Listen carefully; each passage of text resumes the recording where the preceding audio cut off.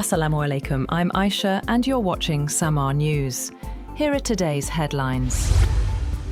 US President Donald Trump says Iran has taken too long to reach a deal with Washington and will now have to pay the price amid ongoing tensions and reported diplomatic efforts. In a Truth Social post, Trump called Iran's military a complete and total mess and said the country is all talk and no action, adding that the bully of the Middle East is dead. His remarks came as reports indicated Qatari negotiators traveled to Tehran to continue efforts toward a possible agreement following consultations with the United States. White House officials did not immediately comment on the post or the reported diplomatic outreach. The United States has launched strikes against Iran after President Donald Trump said Tehran shot down a US Apache helicopter in the Strait of Hormuz. Trump told ABC News he believed the response should be very strong, very powerful. Iran's state media reported that Keshem Island in the Strait of Hormuz was attacked and that a projectile hit was confirmed in the port city of Sirik on the strait. Explosions were heard in nearby Bandar Abbas. The US military said the mission is a proportional response to unjustified Iranian aggression.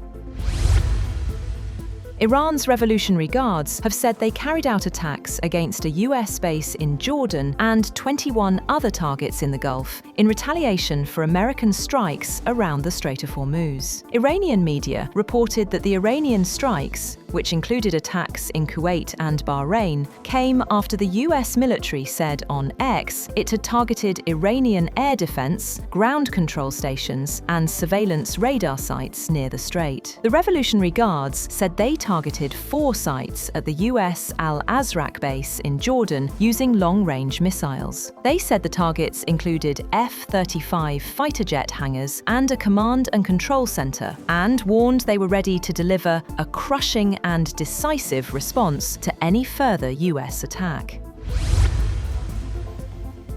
Iranian Foreign Minister Abbas Araghchi has warned that any attack or threat against Iran would be met with a response after US strikes hit southern parts of the country amid rising tensions around the Strait of Hormuz. In a post on X, Araghchi said the United States had opted to test our determination despite what he called its defeats on the battlefield. He warned Washington to leave our region if you want to be safe. US Vice President J.D. Vance has said that a long-term agreement with Iran is in America's best interest, even if it does not fully align with Israeli preferences. In an interview, Vance said that recent developments have created the opportunity for a lasting settlement on Iran's nuclear program and expressed confidence that President Donald Trump can secure a deal. Hundreds of anti-immigrant protesters have taken to the streets of Belfast, with some setting vehicles alight after police charged a Sudanese man over a knife attack that left one person with serious neck and head wounds. Masked youths gathered at points across the city, with police responding by deploying armoured vehicles. Protesters set fire to a number of vehicles, including a bus in East Belfast. The BBC reported that a crowd of 100 men kicked in doors and broke windows of homes on a street in East Belfast. Sky News showed footage of a house on fire.